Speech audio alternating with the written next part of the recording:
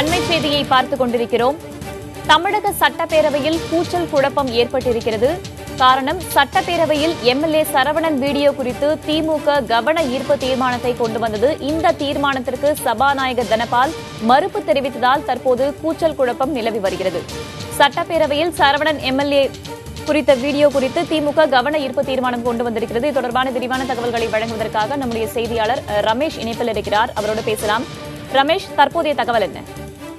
அதாவது சட்டப்பேரவையில் கேள்வி நேரம் முடிந்ததும் எதிர்க்கட்சி தலைவர் ஸ்டாலின் குறிப்பாக கடந்த 2 தினங்களாக ஒரு தனியார் ஆங்கில தொலைக்காட்சியில் வீடியோ வெளியாகி இருக்கிறது. அது குறித்து கவன ஈர்ப்பு தீர்மானம் நாங்கள் கொடுத்திருக்கிறோம், அதை நீங்கள் எடுத்துக்கொள்ள வேண்டும் என்று கோரினார்.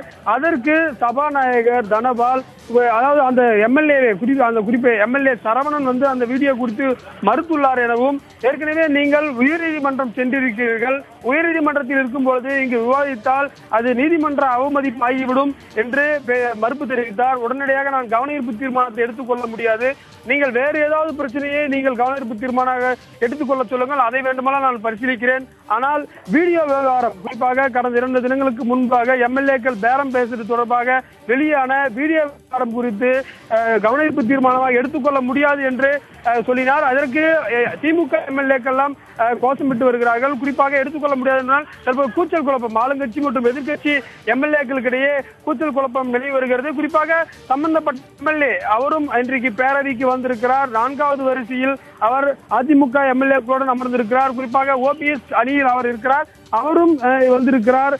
குறிப்பாக ஓபிஎஸ் எம்எல்ஏக்களாக இருக்கக்கூடிய அணியை சார்ந்த எம்எல்ஏக்களாக இருக்கக்கூடிய மாபா பாண்டியராஜன் உள்ளிட்ட அவருடைய தரப்பு எம்எல்ஏக்களும் அமர்ந்திருக்கிறார்கள். சரவணனும் அமர்ந்திருக்கிறார். இந்த நிலையில்தான் தற்பொழுது இந்த கூச்சல் குழப்பம் என்பது தொடர்ந்து நீடித்துக் கொண்டு வருகிறது. வீடியோ விவகாரம் தொடர்பாக நீதிமன்றத்தில் முறையிட்டு விட்டதால் சட்டமன்றத்தில் விவாதிக்க முடியாது என சபாநாயகர் கொடுத்த விளக்கத்தை திமுக தரப்பில் ஏற்றுக்கொள்ளவில்லை. திமுக தரப்பினர் எடுத்துக்கொள்ள மறுத்து விட்டார்கள். ஏனென்றால் அது நீதிமன்றத்தில் இருப்பது இருக்கட்டும், நீங்கள் தற்பொழுது எடுத்துக்கொள்ளுங்கள், இந்த விவகாரம் முக்கியமான விவகாரம், கடந்த 2 தினங்களாக இது ஊடகங்களில் பெரிய அளவில் பேசப்பட்டு வருகிறது, எனவே அதை உடனடியாக எடுத்துக்கொள்ள வேண்டும் என்று தொடர்ச்சியாக எதிர்க்கட்சி தலைவர் சார்பில் தொடர்ச்சியாக முறையிடப்பட்டு வருகிறது. அதற்கு சபாநாயகரமும் விளக்கம் அளித்து வருகிறார். கார்த்திகேயன், அடுத்ததாக என்ன நடப்பதற்கான வாய்ப்புகள் இருக்கிறது? திமுக உறுப்பினர்கள் வெளியேறுவதற்கான சூழலோ அல்லது வெளியேற்றப்படுவதற்கான சூழலோ உருவாகி இருக்கிறது?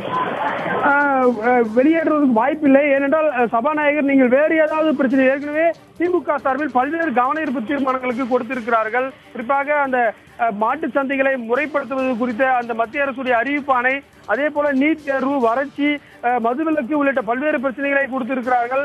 அது சம்பந்தமாக வேணுமானால் பேசுவதற்கு வாய்ப்பு இருக்கிறது. நிச்சயமாக இந்த பூஜ்ஜி அவர் என்று சொல்லக்கூடிய கேள்வி நேரத்திற்கும் மானிய கோரிய விவாதம் ஸ்டார்ட் பண்றதுக்கு முன்னாடி இருக்கக்கூடிய அந்த நேரமில்லா நேரத்தில் கவனிப்பு தீர்மானம் எடுத்துக்கொள்ளப்படும். வேற ஏதாவது பிரச்சனைகள் எடுத்துக்கொள்வதற்கு தற்போது வாய்ப்பு இருக்கிறது. தற்போது அது குறித்த விவாதம் என்பது குறிப்பாக திமுக எம்எல்ஏக்கள் மத்தியில் பேசப்பட்டு வருகிறது. காலையில் இருந்து கேள்வி நேரத்தில் அவை சுமூகமாக நடந்தது. கிட்டத்தட்ட 1.25 மணி நேரமும் திமுக உறுப்பினர்கள் மற்றும் அதிமுக உறுப்பினர்கள் பல்வேறு கேள்விகளை தங்கள் தொகுதி சார்ந்து முன்வைத்தார்கள். அதற்கு அந்த அமைச்சர்கள் பதிலளித்து வந்தார்கள். 1.25 மணி நேரமாக சுமூகமாக நடந்து வந்த பேரவை, குறிப்பாக இந்த பேரம் பேசப்பட்ட எம்எல்ஏக்கள் வீடியோ, ரகசிய வீடியோ வெளியானது குறித்து திமுக கவன ஈர்ப்பு தீர்மானம் கொண்டு வர முயற்சித்த போதுதான் தற்பொழுது சிறிது நேரம் கூச்சல் குழப்பம் என்பது நீடித்து வருகிறது. தொடர்ச்சியாக மானிய கோரிக்கை இன்றைக்கு குறிப்பாக சுற்றுச்சூழல் வனத்துறை சார்ந்த மானிய கோரிக்கை இருக்கிறது. அது மட்டுமல்லாமல் வணிக வரித்துறை அமைச்சராக இருக்கக்கூடிய KC. Veeramani GST, Tamil Nadu GST பில்லை இன்ட்ரோடியூஸ் பண்ண போறாரு. அது சம்பந்தமான விஷயங்கள் நட இருக்கிறது. இந்த கூச்சல் குழப்பம் சிறிது நேரத்தில் முடிவு பெற்று அடுத்து கவன ஈர்ப்பு தீர்மானத்துக்கு சென்றுவிட்டு நேரடியாக மானிய கோரிக்கைகள் மீதான விவாதம் தொடர்வதற்கு வாய்ப்பு இருக்கிறது. கார்த்திகேயன், வீடியோ விவகாரத்தில் தொடர்புடைய எம்எல்ஏ சரவணனும் பேரவைக்கு வந்திருக்கிறார். இந்த அமளியின் நடுவே அவர் ஏதேனும் கருத்துக்களை தெரிவித்திருக்கிறாரா? அவர் வந்ததிலிருந்தே நாம் பார்த்துக் கொண்டிருக்கோம். அவர் அமைதியான முறையில் தான் இருக்கிறார். அவர் ஓபிஎஸ் அணியை சேர்ந்த எம்எல்ஏ என்றாலும் அவருக்கு அருகில் அமர்ந்திருப்பவர்கள் எல்லாமே அதிமுக அம்மா அணியை சேர்ந்த எம்எல்ஏக்கள். அவருடன் சகஜமான முறையில் அவர் பேசி வந்தார். பன்னீர்செல்வமும் 2வது வரிசை, குறிப்பாக ஓஎஸ் மணியன் அமைச்சருக்கு பின்புறமாக அவர் அமர்ந்திருக்கிறார். அதே போல மாபா பாண்டியராஜனும் அதிமுக எம்எல்ஏக்கள் அமரக்கூடிய பகுதியில் அமர்ந்திருக்கிறார். அவர்கள் எல்லாமே அமைதியாக தான் இருந்தார்கள். எந்தவித ஒரு கூச்சல் குழப்பம் இல்லாமல் தான் இருந்தது. குறிப்பாக தோப்பு வெங்கடாச்சலம், பழனியப்பன், செந்தில் பாலாஜி உள்ளிட்ட டிடிவி அணியை சேர்ந்த எம்எல்ஏக்கள், தங்கத்தமிழ் செல்வன் ஆகியோரெல்லாம் தனியாக ஒரு காத்திருப்பு பகுதியில் ஆலோசனையில் ஈடுபட்டிருந்தார்கள். குறிப்பாக தோப்பு வெங்கடாச்சலம் கடைசியாக ஒரு கேள்வியை முன்வைத்திருந்தார். அதற்கு அமைச்சர் பதிலளித்தார். அதற்கு கேள்வி கேட்ட எம்எல்ஏ அவையில் இல்லை என்றும் சபாநாயகர் கொடுத்திருந்தார். ஏற்கனவே அவர் 11வது கேள்வியாக தோப்பு வெங்கடாச்சலம் கேட்ட கேள்விதான் இடம்பெற்றிருந்தது. குறிப்பாக அவருடைய தொகுதியில் எம்ஆர்ஐ ஸ்கேன் வேணும் அப்படின்னு சொல்லிட்டு பெருந்துறையில் இருக்கக்கூடிய மெடிக்கல் காலேஜுக்கு கேட்டிருந்தாரு. அதற்கு அந்த டிரான்ஸ்போர்ட் மினிஸ்டர் விஜயபாஸ்கர் பதில் அளிச்சுட்டு அந்த எம்எல்ஏ திருப்பி கேட்பாங்க, உங்களுக்கு அந்த பதில சாட்டிஸ்பேக்ஷன் இருப்பான்னு கேட்பாங்க. அப்பொழுது தோப்பு வெங்கடாச்சலமும் அவையில் இல்லை, அந்த எம்எல்ஏக்களும் தனியா ஒரு குழுவா ஆலோசிச்சதுனால தற்பொழுது அவரும் அவையில் இல்லாத ஒரு சூழல் ஏற்பட்டது. தற்பொழுது தொடர்ச்சியாக விவாதம் என்று தொடர்ச்சியாக போய் கொண்டிருக்கிறது. வீடியோ விவகாரம் தொடர்பாக திமுக நீதிமன்றத்தில் முறையிட்டு தானே இருக்கிறது. ஏற்கனவே இருக்கக்கூடிய வழக்கை விசாரிக்கணும், இது தொடர்பாக தனியாக மனு தாக்கல் செய்ய வேண்டும் தானே நீதிமன்றம் அறிவுறுத்தி இருக்கிறது. அது சம்பந்தப்பட்ட விவரங்கள் என்ன ரமேஷ்? அதாவது இந்த வீடியோ விவகாரம் தொடர்பாக வெளியானதுடன் நேற்றைக்கு ஏற்கனவே நம்பிக்கையில்லா தீர்மானம், அதாவது பிப்ரவரி மாதம் 18ஆம் தேதி எடப்பாடி பழனிசாமி அரசு மீதான கொண்டு வரப்பட்ட நம்பிக்கையில்லா தீர்மானத்தை ரத்து செய்ய வேண்டும் என்று கோரி எதிர்க்கட்சித் தலைவர் ஸ்டாலின் பேரில் மனு செய்யப்பட்டிருந்தது.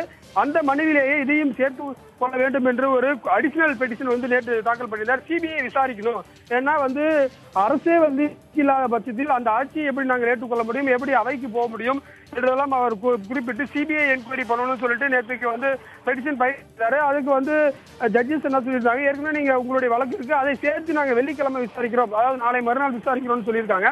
அந்த அடிப்படையில் திமுகவை பொறுத்தவரை சம்பந்தப்பட்ட எம்எல்ஏ அவையில் இருக்கிறார், சம்பந்தப்பட்ட முதலமைச்சர் பேரவையில் இருக்கிறார். உடனடியாக இந்த பிரச்சனையை விவாதிக்க வேண்டும். உண்மையோ அல்லது அதற்கான வாய்ப்பு அவர்களுக்கும் வாய்ப்பு தாருங்கள், பேசட்டும், இரண்டு தரப்பு நாயகங்களில் நாம் பேசுவோம், விவாதிக்கலாம் என்பதே திமுகவுடைய எண்ணமா இருக்கு. ஏனென்றால் இது போன்ற சட்டப்பேரவை நடக்கும்போது வெளியாகக்கூடிய முக்கிய பிரச்சனைகள் குறித்து அவ்வப்போது பேசுவது வழக்கம். நீதிமன்றத்தில் பல வழக்குகள் இருந்தாலும் ஒரு சில முக்கிய பிரச்சனைகள் குறித்து, குறிப்பாக காவிரி விவகாரம் உள்ளிட்ட முக்கிய பிரச்சனைகள் நீதிமன்றத்தில் இருந்தாலும் கூட அவ்வப்போது அது தலைப்புச் செய்தியாக இடம்பெறும் பட்சத்தில் நீதிமன்றத்தில் விவாதிக்கப்பட்டிருக்கிறது. அந்த அடிப்படையில் தான் திமுக இது முன்வைக்கப்பட்டிருப்பதாக சொல்லப்படுகிறது. ஆனால் குறிப்பாக அதிமுக ஆளும் தரப்பில் இதற்கான பதில் சரிவர கொடுக்க முடியாத ஒரு சூழல் இருப்பதாக சொல்லப்படுகிறது. அந்த அடிப்படையில் தான் ஏற்றுக்கொள்ள முடியாது என்று இருக்கிறது. இந்த அடிப்படையில் தான் நீதிமன்றம் அவமதிப்பாகிவிடும் என்ற ஒரு கருத்தை சபாநாயகர் தெரிவித்திருக்கிறார். கார்த்திகேயன், வீடியோ விவகாரம் குறித்து கவன ஈர்ப்பு தீர்மானம் எடுத்துக்கொள்ள முடியாது என்று சபாநாயகர் அறிவித்திருக்கிறார். அவர் என்னென்ன காரணங்களை முன்வைத்து கவன ஈர்ப்பு தீர்மானத்தை எடுத்துக்கொள்ள முடியாது என்று சொல்லியிருக்கிறார்?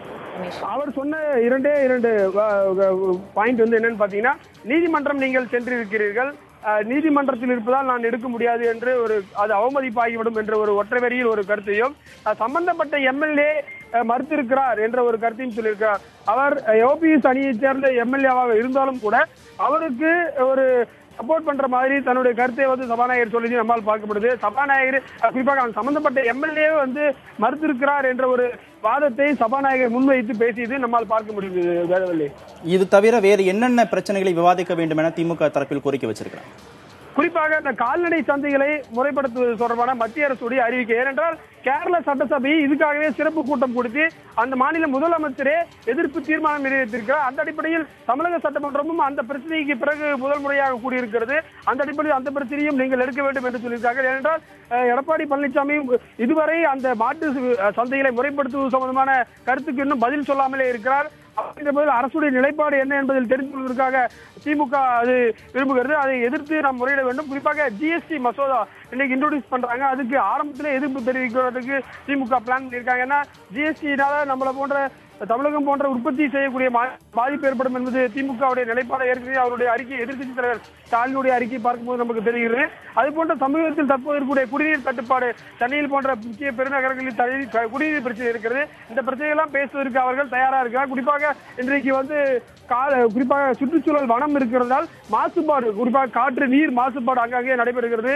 அது பற்றி பேசுவதற்கும், சாயக்கழிவு பிரச்சனை, அதே போல பல்வேறு ஊர்களில் யானைகள் ஊருக்குள் வந்து விடுகிறது, கரடி ஊருக்குள் வந்து விடுகிறது, இதை பற்றி பேசுவதற்கும் இன்றைக்கு திமுக திட்டமிட்டிருக்கிறது. குறிப்பாக திமுக சார்பில் சங்கராபுரம் எம்எல்ஏ உதயசூரியன், அதே போல கூடலூர் தொகுதி எம்எல்ஏ திராவிடமணி ஆகியோரெல்லாம் இந்த சுற்றுச்சூழல் வன மானிய கோரிக்கையில் பேச இருக்கிறார்கள். கார்த்திகேயன், நீதிமன்ற அவமதிப்பாகும் என்று சபாநாயகர் ஒரு கருத்தை முன்வைத்திருக்கிறார். நீதிமன்ற அவமதிப்பு என்று சபாநாயகர் கருத்து கூறிய பிறகும் திமுக தரப்புல மறுப்பு தெரிவிக்கப்படுவதற்கு என்ன காரணம் ரமேஷ்?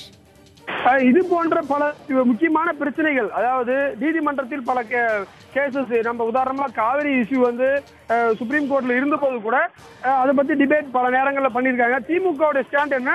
இது போன்ற பல பிரச்சனைகள் நீதிமன்றத்தில் இருந்தா கூட நம்ம சட்டப்பேரவையில் தீர்மானங்கள் நிறைவேற்றப்படுவது, ஆரோக்கியமான விவாதங்களை கொண்டு செல்லலாம். தமது புகார் மீதான இருதரப்பு கருத்துக்கள் குறித்து விவாதிக்கும் பட்சத்தில் அது உண்மையா பொய்யா, நல்லது, அது நாட்டு மக்களுக்கு தெரிய வேண்டும். குறிப்பாக சட்டப்பேரவை குறிப்புகளில் பதிவேற்ற வேண்டும் என்பது திமுகவுடைய கோரிக்கையாக இருக்கிறது. இது போன்ற ஒரு சம்பவம் நடைபெற்றிருக்கிறது. ஏற்கனவே நம்பிக்கையில்லா தீர்மானத்தை ரத்து செய்ய வேண்டும் என்று வழக்கு இருக்கிறது. அந்த அடிப்படையில் எங்களுக்கு இந்த அரசு மீதே நம்பிக்கை இல்லை.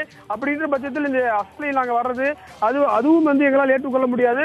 அப்படின்ற பட்சத்தில் இது ஏனென்றால் நீங்க கூட காலையில் கூட திமுக வழக்கறிஞர் சொல்லியிருந்தாரு, சட்டப்பிரிவை பயன்படுத்த, குறிப்பாக பணம் கொடுப்பதும் தப்பு, பணம் வாங்குவதும் தப்பு, அது வாக்காளருக்கே பொருந்தும் பட்சத்தில் அது எம்எல்ஏக்கும் பொருந்தும். அப்படின்ற பட்சத்தில் இந்த அரசு வந்து அதுக்கான சிபிஐ என்கொயரி பண்ணுன்றது திமுகவுடைய ஸ்டாண்டா இருக்கும் பட்சத்தில் அதை பத்தி விவாதிக்கணுன்றதுக்காக தான் அவங்க தொடர்ச்சியாக குரல் கொடுத்துட்டு இருக்காங்க. வேதவள்ளி, சட்டப்பேரவையில் எம்எல்ஏ சரவணன் வீடியோ குறித்து ஸ்டாலின் கவன ஈர்ப்பு தீர்மானத்தை கொண்டு வந்தார். இந்த தீர்மானத்திற்கு சபாநாயகர் தனபால் அனுமதி மறுப்பு தெரிவித்ததால் கூச்சல் குழப்பம் ஏற்பட்டிருக்கிறது. இது தொடர்பான விரிவான தகவல்களை பதிவு செய்தமைக்கு நன்றி ரமேஷ்.